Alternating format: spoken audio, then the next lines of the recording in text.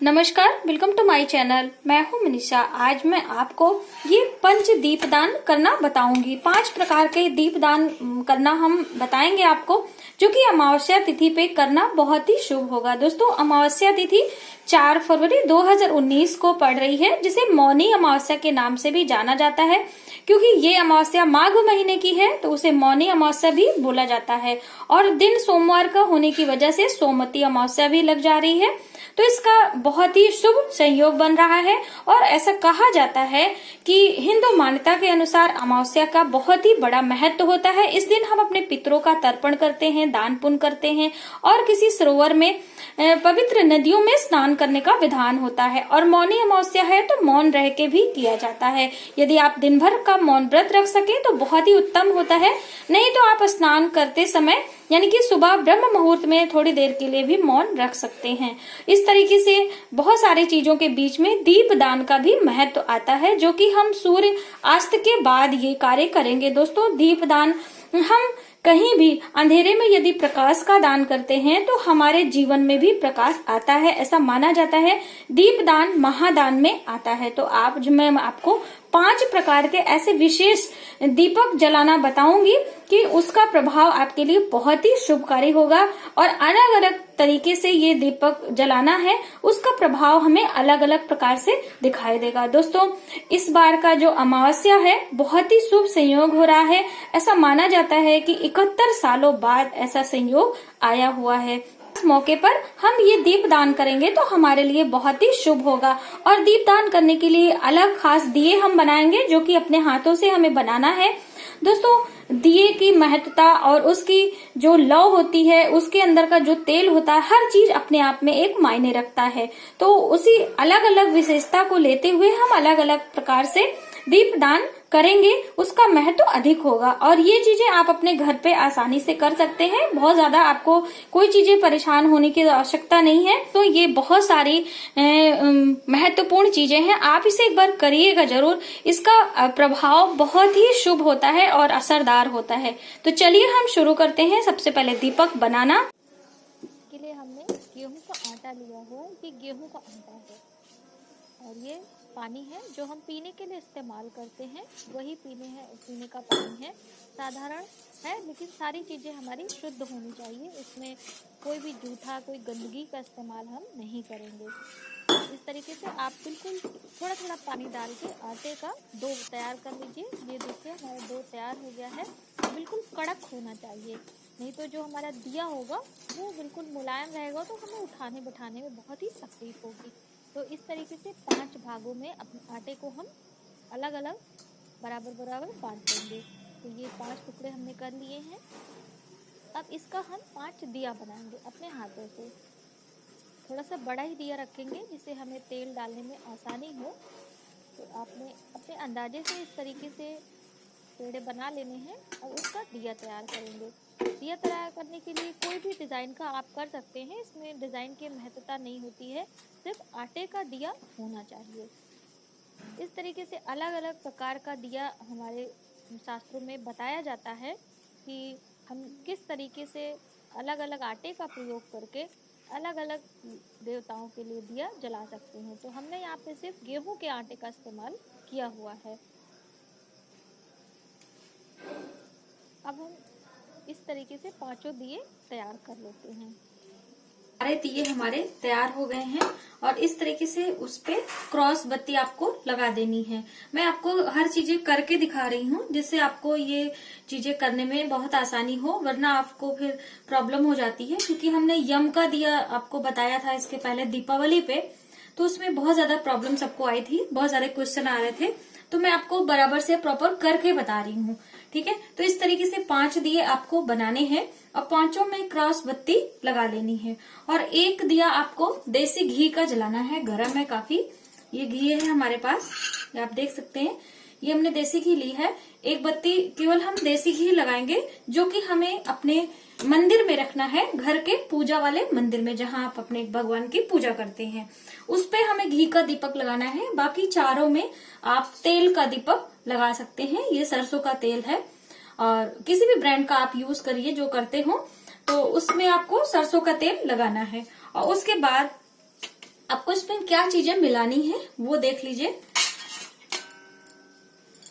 ये देखिए, इसमें हमने 5 अलग अलग चीजें ली हुई हैं, जिसमें ये हरी इलायची है, ये आप देख सकते हैं, 2 हरी इलायची है और 2 ये लौंग है और ये कुछ बतासे के टुकड़े हैं मीठे। अगर आपके पास बतासे के टुकड़े ना हो तो आप शुगर का भी यूज कर सकते हैं, लेकिन बतासे हो तो ज्यादा अच्छा होता है।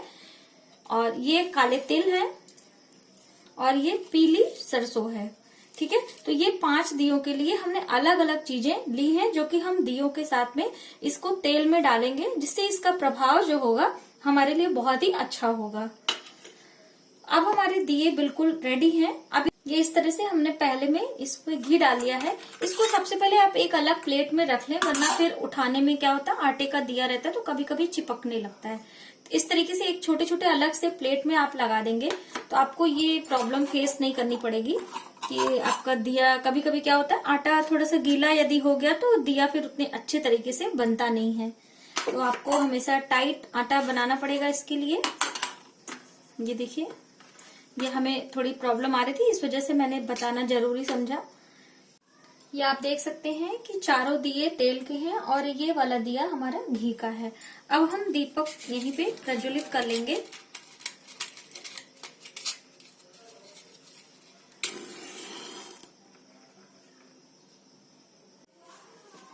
इस तरीके से आपको चारों कोनों पे जला लेना है। ठीक है, ये सारे तेल वाले हैं।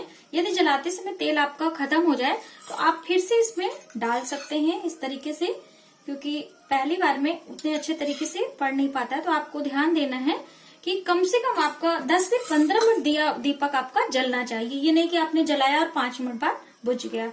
तो इस तरीके से आपने जला लिया। और जो ये घी का दीपक है, इसको हमने अभी नहीं जलाया है, इसको हम सीधे भगवान जी के पास जलाएंगे, क्योंकि इसे हमें घर के मंदिर में जलाना है, तो हमें वहीं जला के इसको धूप दीप दिखाना पड़ेगा।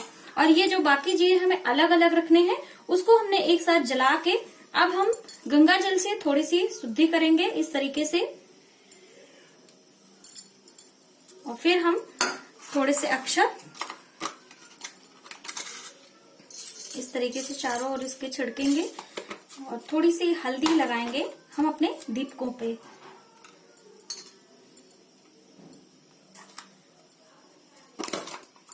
थोड़ी सी रोली भी हमें लगानी है,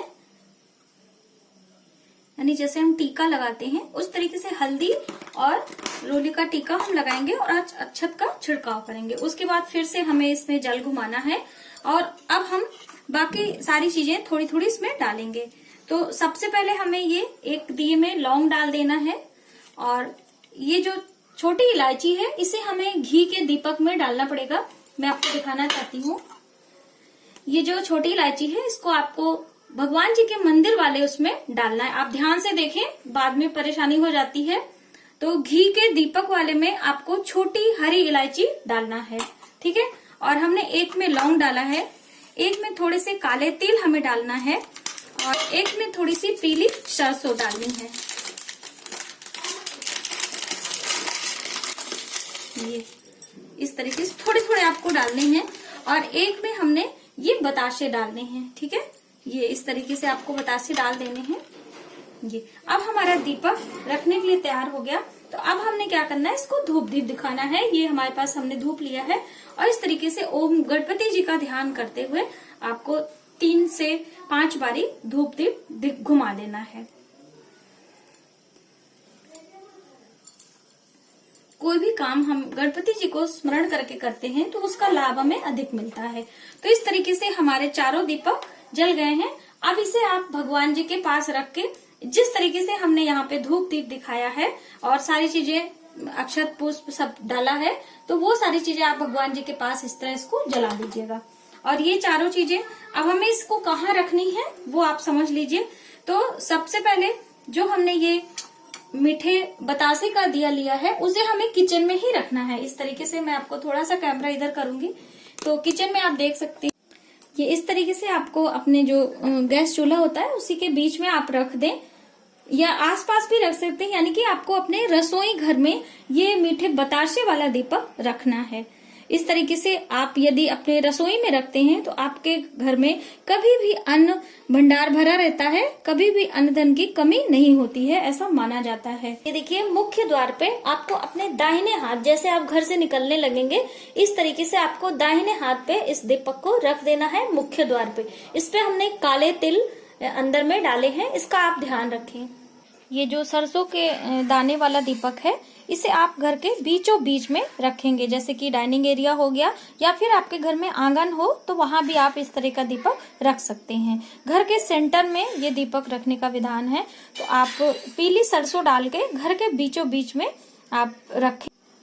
ये जो लौंग का दीपक है, इसमें आप देख सकते हैं लौंग दिखाई दे रहा है, इसे आपको तुलसी के पास में रखना है। आपने जहाँ पे तुलसी जी लगाई हो वहां पे लगाइए। दोस्तों, आज रविवार का दिन है तो हम वहां पे आपको नहीं दिखा सकते हैं, क्योंकि आप चाहे शूटिंग करिए और चाहे पूजा करिए, दोनों बात एक हो जाती है। तो रविवार के दिन तुलसी जी के पास दीपक या उन पे जल नहीं चढ़ाया जाता है, इस वजह से मैं वहां पे वीडियो नहीं शूट कर पा रही हूँ। तो मैं आपको ऐसे बता दे रही हूँ, आप अपने घर के तुलसी माता के जहाँ पे पौधा आपने लगाया हो वहां पे ये लौंग वाला दीपक लगाना चाहिए। ये हमने घी वाला दीपक जिसमें छोटी इलायची डली है, आपको इस तरह से अपने भगवान के मंदिर में रखना चाहिए। देखिए, भगवान गणपति जी के सामने रखें तो ज्यादा इसका विशेष फल रखता है, तो हमने लक्ष्मी गणेश के पास में रखा हुआ।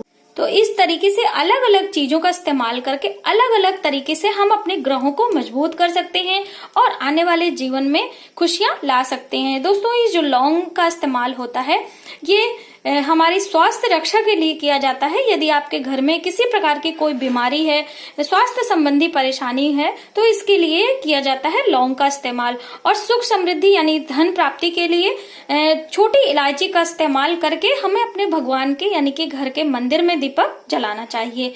और ये काले तिल का प्रयोग हम अपने पितरों के लिए करते हैं, जिससे हमारे पितरों के आत्मा को शांति मिले और हमें उनका आशीर्वाद प्राप्त हो। और ये जो मीठे बताशे का दिया हमने जलाया है, इसे हमें रसोई घर में रखना चाहिए। इससे हमारे घर में धन अन्न की कभी कमी नहीं होती है, माता लक्ष्मी की कृपा बनी रहती है। और दोस्तों, हमने इसमें पीली सरसों का इस्तेमाल किया है। तो पीली सरसों हमारे आसपास की जो नजर बला होती है, यानी कि जो किसी कभी कभी क्या होता है कि हमारे छोटे बच्चों को किसी प्रकार की ऐसे भय लग जाता है, या आपको किसी भी तरह के नजर टोटके से बचाने के लिए पीली सरसों का इस्तेमाल हमने यहाँ पे किया है। हमारी वीडियो आपको थोड़ी सी भी हेल्पफुल लगे तो प्लीज हमारे वीडियो को लाइक करें, शेयर करें, सब्सक्राइब जरूर।